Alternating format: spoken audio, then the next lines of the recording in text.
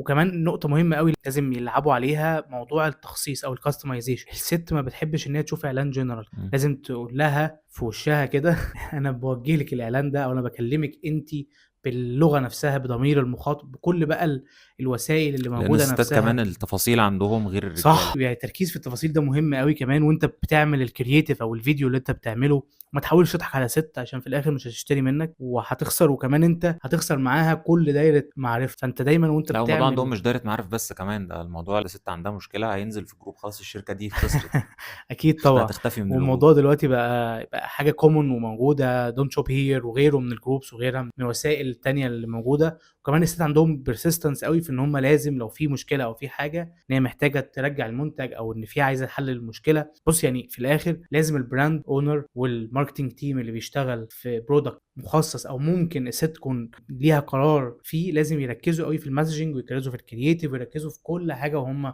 بيعملوا الmarket strategy بتاعتهم.